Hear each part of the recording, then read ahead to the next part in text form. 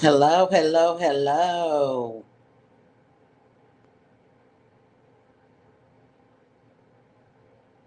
Hello, hello, hello. Hello, hello, hello. Live on Instagram tonight. I am so excited to see you all today. I had some technical difficulties with my microphone, so don't judge me. Don't judge me. So we'll wait a few minutes to see if we can get some people to join in, and then we will go ahead and get started.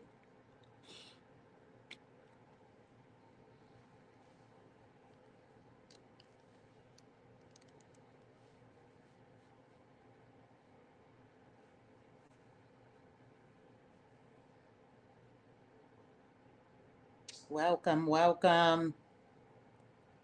Today we're talking about emotional safety. I got some people live on Instagram. Hello, everyone. Hello, hello. Don't judge me. I have my small microphone today.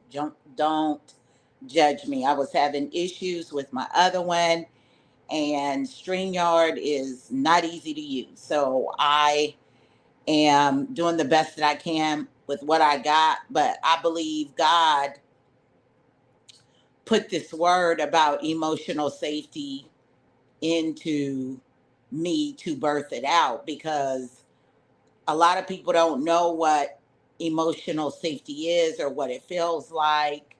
And I just want to touch on that subject. And so I'm going to go ahead and get started because I don't want to be on here long. But when is the last time you felt emotionally safe in a relationship? When is the last time? When is the last time? Because feeling emotionally safe is something that a lot of people have never felt. Everybody that they have been connected with has betrayed them one way or the other.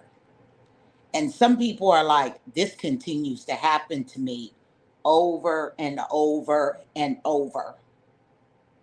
Emotional safety refers to the state of feeling secure, valid, and respected in one's environment, allowing for open and authentic self expression without fear of being ridiculed, rejected, or harmed. In a setting where emotional safety is very, very prioritized, individuals feel free to share their thoughts, feelings, and experiences. How often do we get to feel our authentic thoughts, emotions, desires, whatever we want to discuss, we should be able to discuss, knowing that if we express our thoughts and feelings and experiences, that they'll be received, that they won't be manipulated, that they won't be judged. We want it to be met with empathy, understanding, love, support. When's the last time you had a relationship that was met with emotional safeness? And I know some of us don't have any problems, and our husbands and our boyfriends and our family members and our best friends, they have always made us feel safe. But there are those out there who have never. There are those that haven't felt it in years. This concept is crucial in various concepts, including personal relationships, workplaces, and educational environments, as it fosters trust, collaboration, and overall well being. What happens? What happens, you all, when you don't experience emotional safety in your life? What happens? What happens? Thank you for joining us, Brown Skin and Megan. So, what happens is anxiety arises, anxiety, low self esteem, emotional distress, isolation, reluctancy to communicate, conflict with our peers, a decline in our performance on our jobs, in school, inconsistency. We avoid challenges. Me being a transitional life coach, you have to get to that point where you can hurdle through challenges. And if you don't have emotional safety, it's going to be hard. And we're going to talk about how you create emotional safety and how you demand it. You also may feel reluctant to speak. Nonverbal cues, you won't say a lot. You'll, because you know when you say something, you're going to be lashed at. Okay, you're going to be lashed at. So, I wasn't going to talk about it, but everything that happened with Cassie and Diddy, it was something because at my retreat we discussed emotional safety. And so when I found out about what happened with Cassie and Diddy, it hurt me because domestic violence can start with not feeling emotionally safe, by people disrespecting us, by people making us seem like we're crazy or we're stupid. Disrespecting us verbally can be the first step to domestic violence, emotional abuse, financial abuse. See, emotional safety is the foundation of the people that we deal with on a daily basis. And I'm praying for Cassie. Diddy, I don't know what to say about that. I mean, I'm angered by that. I'm so angry with that situation. But the one thing we as women can do is we can stand up and take back our voice and use our boundaries to get things accomplished in our own personal lives, and not to let people take things from us like they like to. See, if the devil can silence your voice, you can't be effective. So he cusses at you. He steps on you. He kicks you. He throws things at you. He spits on you. He chases you. Sounds like a setup from the enemy. So how do we transition out of emotional, unstable situations? How do we do it, y'all? How do we transfer out of these situations that are chaotic? Um, I tell you, that's one of the hardest things to do. And there's all these stipulations and all these rules to knowing what to do to get out of emotionally unstable situations, especially if you've grown up in unstable emotional situations, especially if you have seen your mother constantly disrespected, And she constantly had low self-esteem because she was told she was nothing, she would never be anything. And you have been told the same thing. You get rid of me, ain't nobody ever going to want you. These things that are drilled into our minds. But God gave me some solutions. God gave me some solutions for us. The first one is seek God for discernment with those we come in contact with. Seek God. Ask God, is this the right relationship for me? Friend, foe, even when it comes to getting close with family members. Seek God, even when choosing business partners. Seek God with the people that you do business with. Seek God in everything you do. Seek God in that man that you're dating on the dating site. Because again, we have to protect ourselves. We have to put a shield, a hedge of protection around ourselves.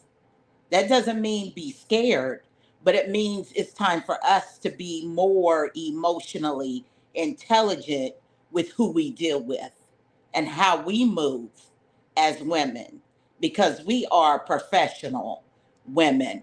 Whether you have a business or not, you are a professional woman. You get up every day, you take care of your children, you go to work, you run your position, you do the things that need to be done for you and yours, or for you. So I said the first thing you're going to do, there is 1, 2, 3, 4, 5 things that you do. So the first one is discernment. The second one is work on seeing yourself as an asset. No matter what people think or believe about you.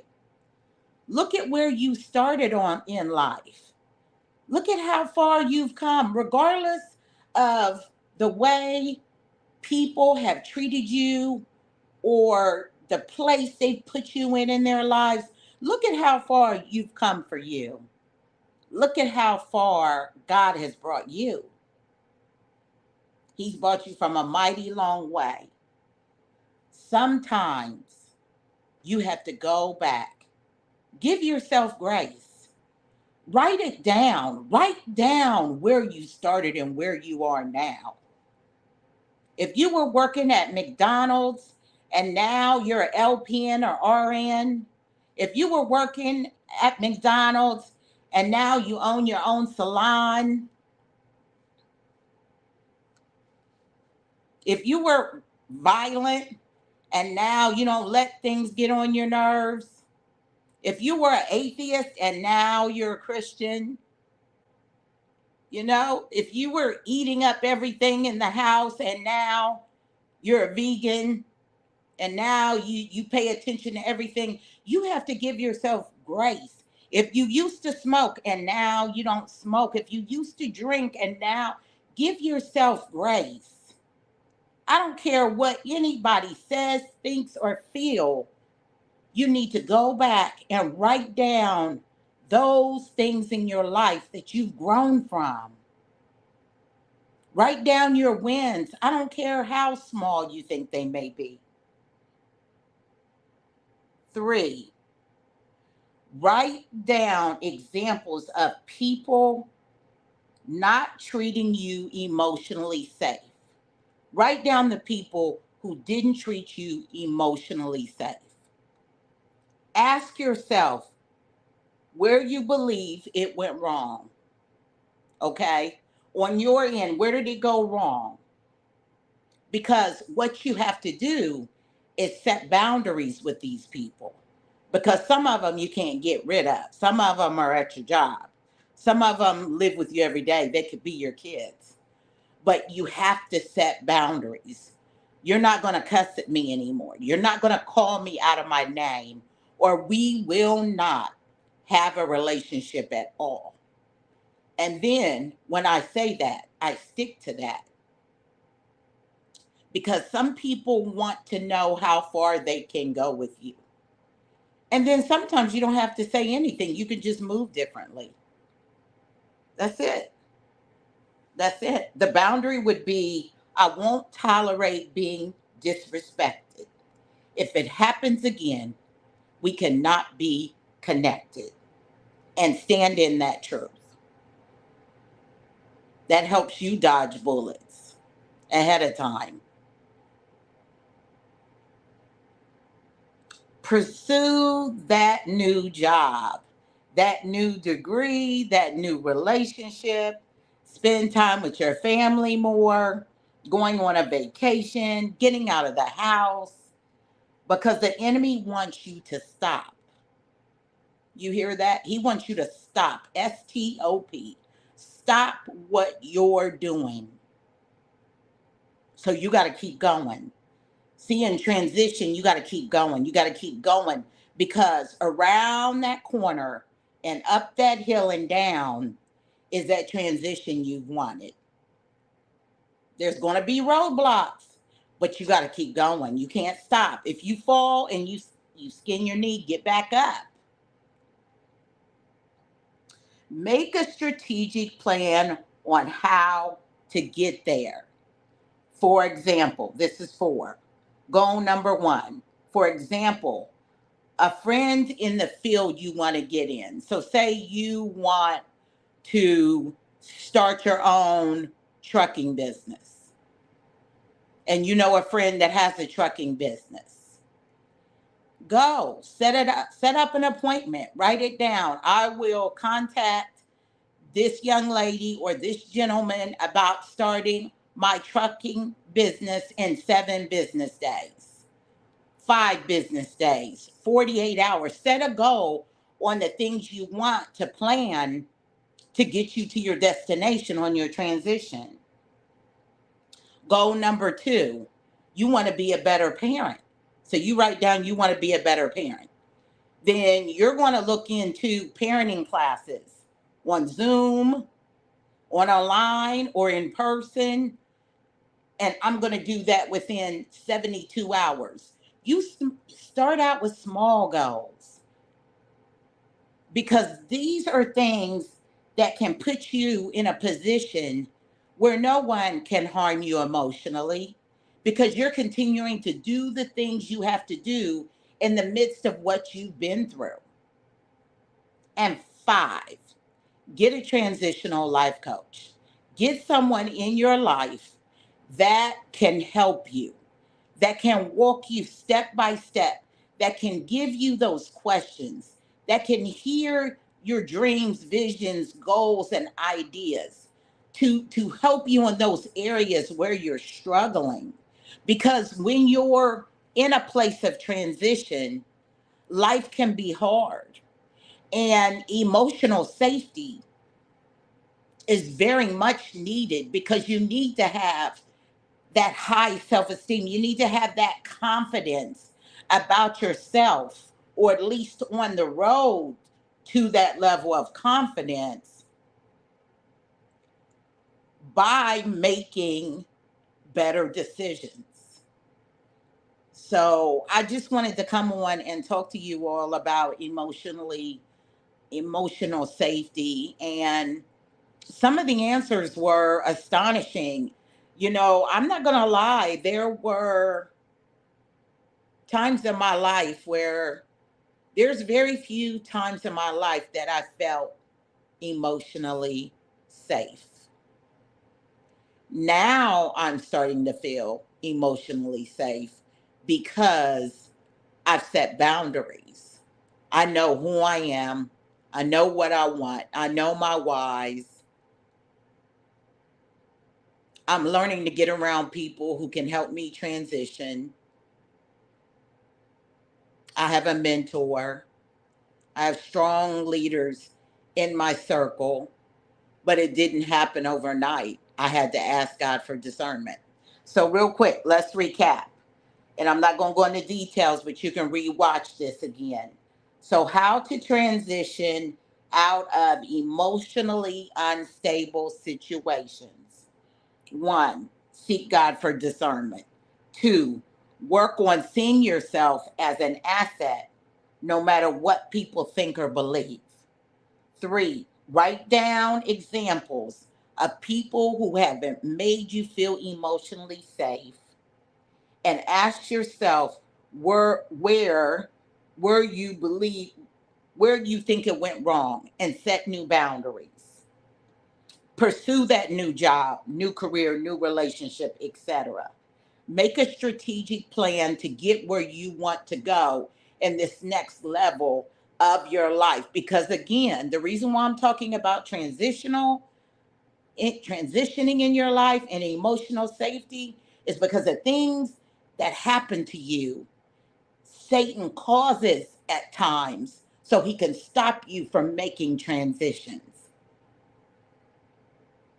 Make a goal, make a strategic plan, get a life coach. Okay, get a life coach. But I just wanted to come on and talk to you all and share, and just do what I do. My name is Coach Leslie Tillman. If you have any questions, I will stick around and see if I can answer any of your questions. Emotional safety.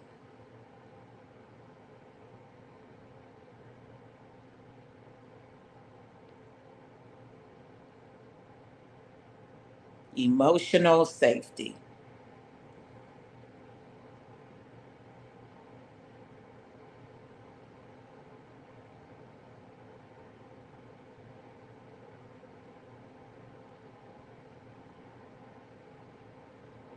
It's 80 degrees, 90 degrees up here.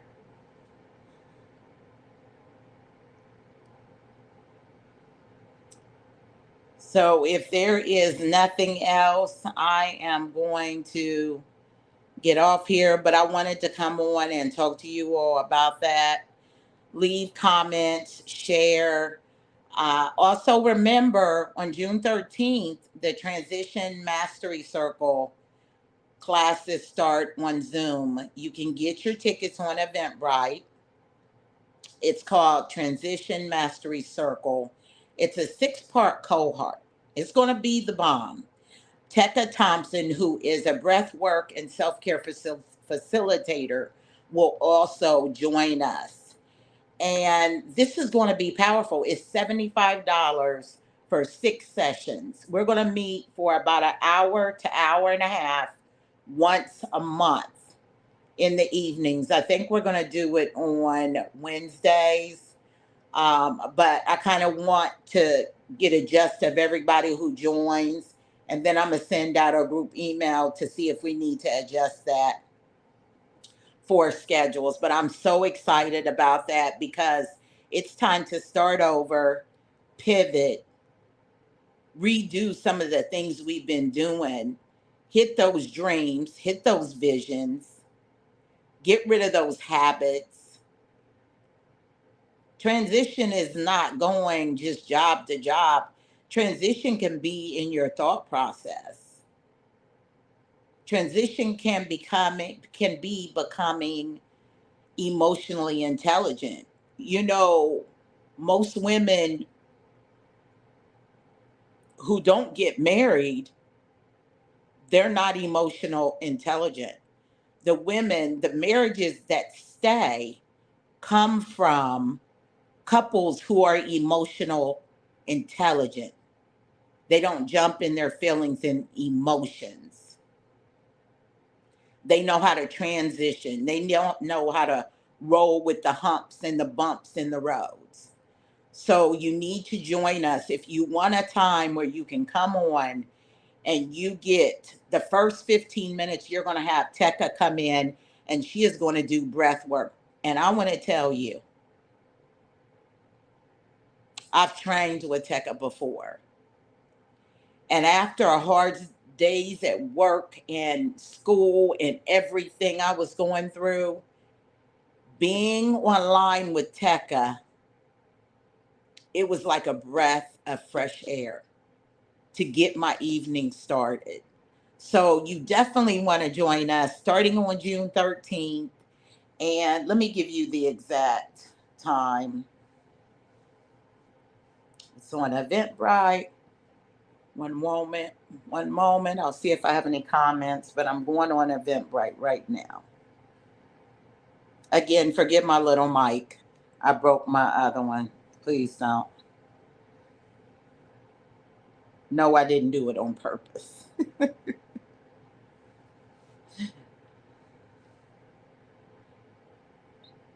All right, so it is going to start.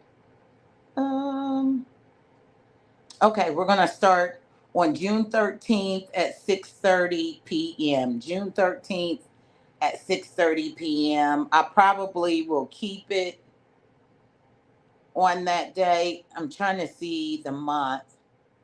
June June 13th is a Thursday at 6:30. So I may move it to June 12th. Actually, I want to do every second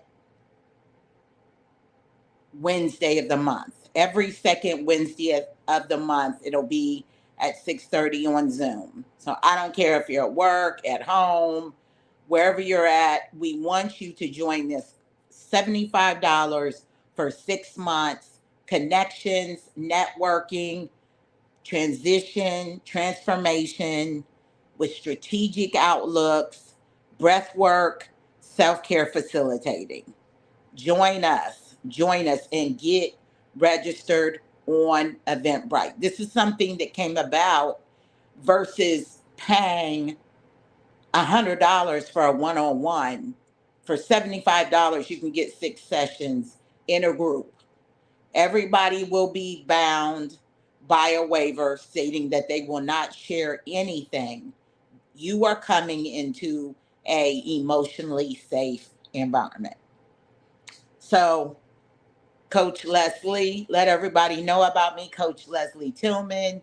Get signed up for the Transition Mastery Circle. If you want to email me, my email is lm at successfullysinglewithlm.net. Peace. Love y'all.